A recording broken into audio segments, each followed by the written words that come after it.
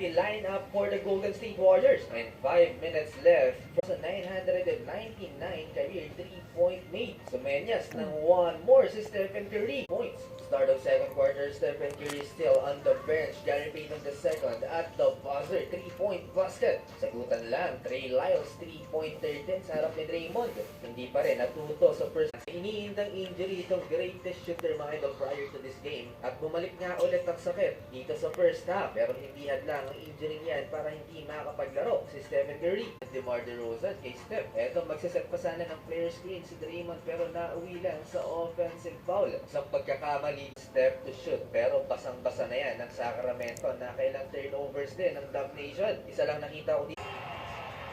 And that's his 4,000 career 3-point made. What's special mga idol ay 37th birthday na ni Stephen Curry bukas. Third frame. Plano